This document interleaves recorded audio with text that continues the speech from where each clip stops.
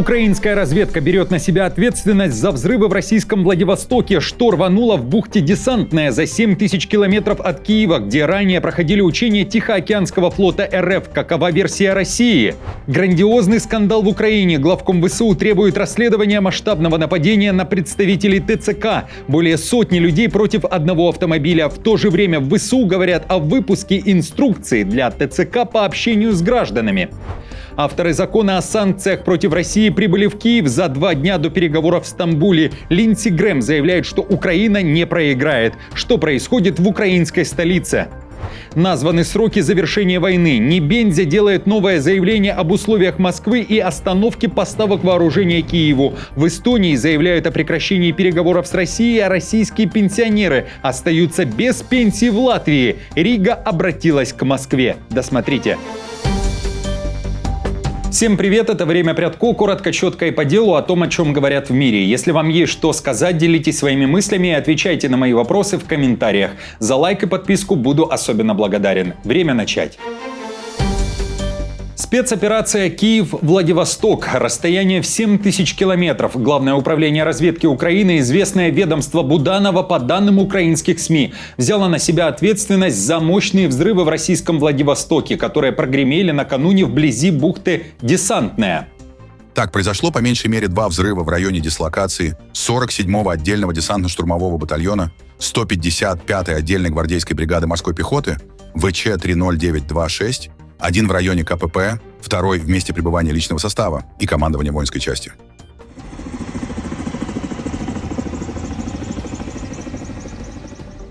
При этом у российской стороны другая версия событий. Несмотря на поднятие вертолета в небо, перекрытие на несколько часов дорог, в антитеррористической комиссии Приморского края заявили, что ничего страшного не произошло. Причиной взрыва в бухте Десантная россияне назвали воспламенение в одном из автомобилей баллонов с пропан-бутановой смесью. При этом, по данным телеграм-канала «Астра», местные сообщали, что пути к бухте находились под охраной военных. Кроме того, в бухте Десантная в прошлом году проходили учения больших десантных кораблей Тихоокеанского флота. Например, в феврале Минобороны РФ сообщала, что экипаж большого десантного корабля «Ослябя» вместе с подразделениями соединения морской пехоты отработал там погрузку военной техники. Гражданским судам в бухту заходить запрещено.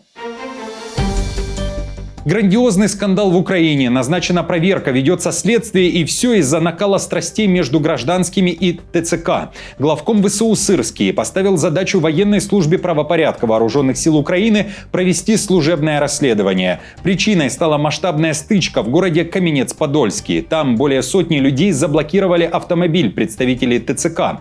Произошли столкновения с полицией. Первопричина до конца не ясна. Украинские телеграм-каналы пишут о том, что ТЦК силой усадили в авто мужчину. За него вступилась женщина, ее этим автомобилем сбили, что и стало причиной конфликта. В ТЦК при этом называют действия украинцев организованным сопротивлением исполнению служебных обязанностей представителей ВСУ. На официальной странице военной службы правопорядка в Вооруженных силах Украины сообщили о начале расследования. Вооруженные силы Украины делают все возможное, чтобы защитить украинский народ от российского агрессора. В условиях полномасштабной войны это невозможно без консолидации всего общества, народной поддержки нашей армии и уважения к военнослужащим.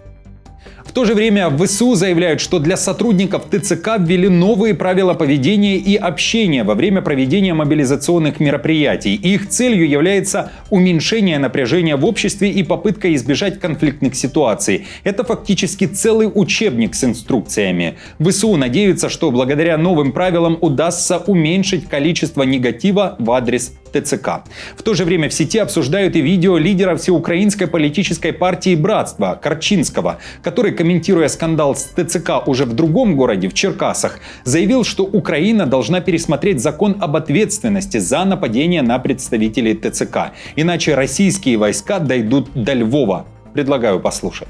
Кожний, хто криво подивився в бік ТЦК, чтобы каждый, кто косо посмотрел в сторону ТЦК, должен сесть на пожизненное.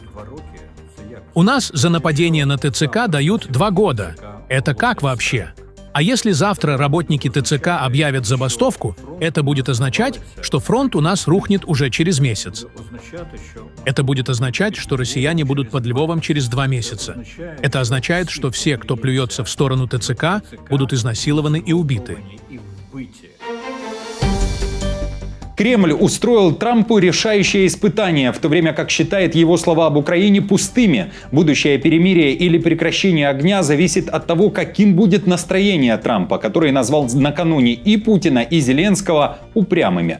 У американского президента по-прежнему есть 2 варианта: выйти из переговоров, либо же ввести против России санкции. Об этом пишет CNN.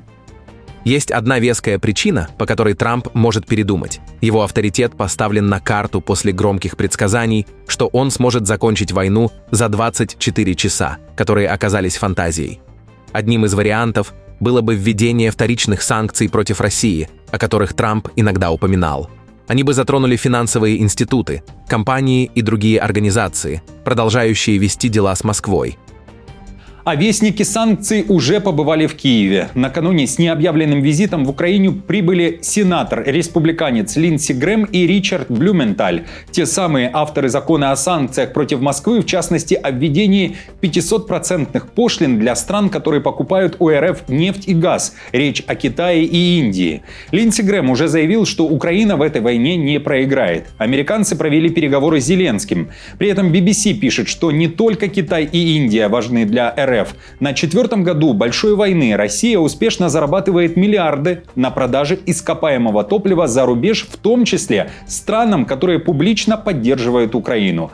Запад стал одновременно и спонсором сопротивления, и финансистом продвижения России. В материале BBC можно найти такие строки. С момента вторжения в феврале 2022 года доходы России от экспорта нефти и газа более чем в 3 раза превысили объем помощи, предоставленной Украине ее союзниками.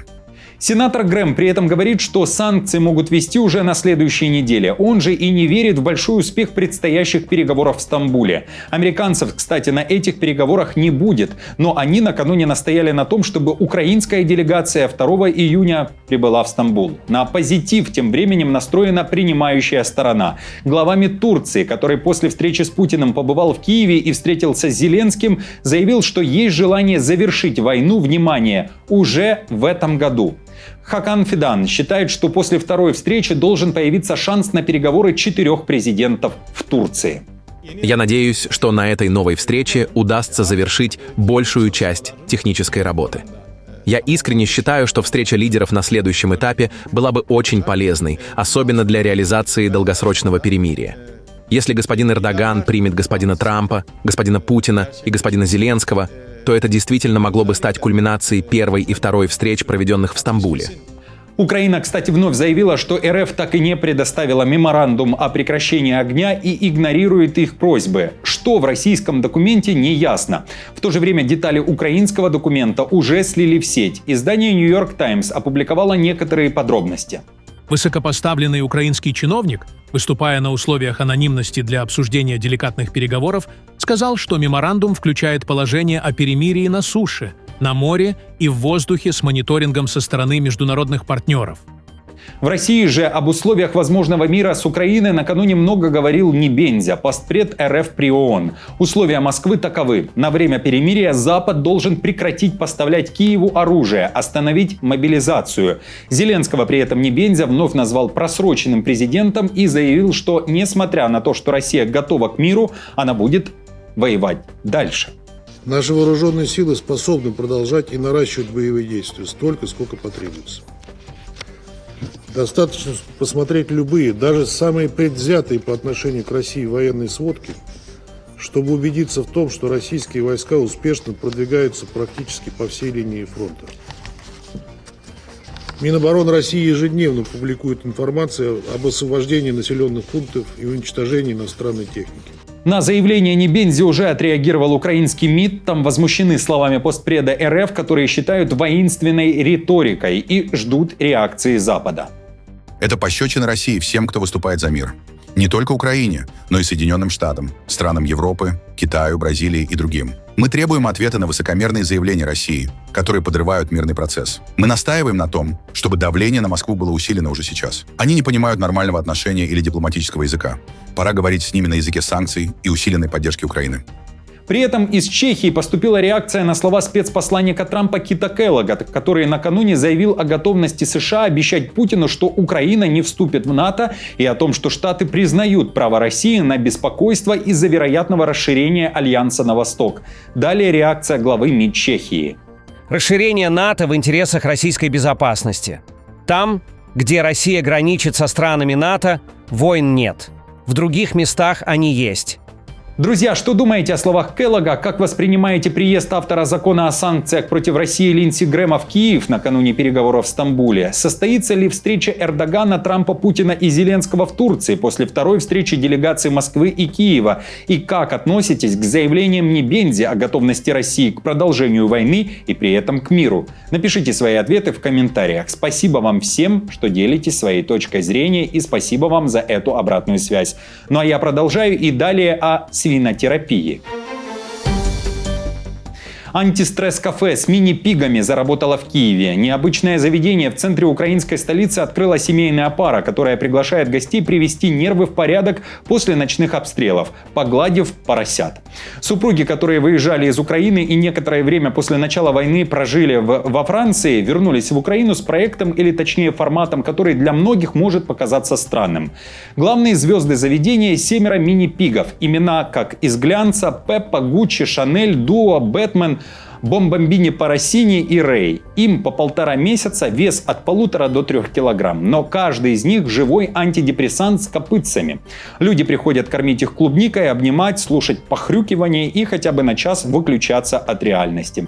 У всех поросят есть паспорта от ветслужбы. В случае ухудшения ситуации их смогут эвакуировать за границу. Мы хотели создать что-то позитивное, проект, который бы противостоял всем плохим новостям, которых у всех в избытке. Мы решили, что эти существа, поросята, мини-пиги, подойдут. Мы очень долго и тщательно изучали этих животных, их поведение, их психологию и пришли к выводу, что это будет хорошая идея. Эстония официально прекратила переговоры с Россией по размещению навигационных буев на реке Нарва, обвинив Москву в саботаже и отсутствии конструктивного подхода. Диалог длился больше года после инцидента 23 мая 2024 года, когда российские пограничники самовольно сняли 25 буев, обозначавших фарватер. Таллин заявляет, что предлагал компромиссы, включая совместные измерения дна и обновленную схему установки буев. Но Москва игнорировала или отказывалась от всех вариантов. В итоге переговоры признаны бесполезными. Эстонские пограничники усилили контроль на реке, судам советуют держаться ближе к берегу Эстонии. Весной этого года мы сделали новое предложение о достижении соглашения по местоположению буев на период навигации, но и это не привело к конструктивному результату. Поэтому мы решили прекратить переговоры с Россией по вопросу навигационных буев, поскольку это бесперспективно. Об исчезновении навигационных буев еще в декабре прошлого года писала западная пресса. Издание «Политика» посвятило целую статью ситуации на границе РФ и Эстонии. Как отмечает издание, четверть населения Эстонии составляют этнические русские. Большинство из них имеют эстонское гражданство и чувствуют сильную связь со страной. При этом уже тогда Эстония была обеспокоена тем, что Россия может попытаться использовать тему защиты русской диаспоры для возможной эскалации и даже захвата восточных регионов страны. А наступление может начаться из российского Ивангорода в эстонскую Нарву. Ведь их разделяет лишь мост и река, пишет «Политика». Россия забыла о пенсиях своим в Латвии. Платеж завис, пенсионеры также в подвешенном состоянии. Об этом сообщает МИД Латвии. По данным Риги, Москва по непонятным причинам пока не выполнила свои обязательства. Из положенных 3,5 миллионов евро для выплат пенсий россиянам в Латвии перечислено лишь 21 тысяча, то есть на 9 человек вместо 9 тысяч. Военные пенсии Россия перевела заранее, вот социальные за первый квартал 2025 года зависли. Деньги из списки получателей не поступили. Срок следующего платежа, май, тоже вот-вот истекает.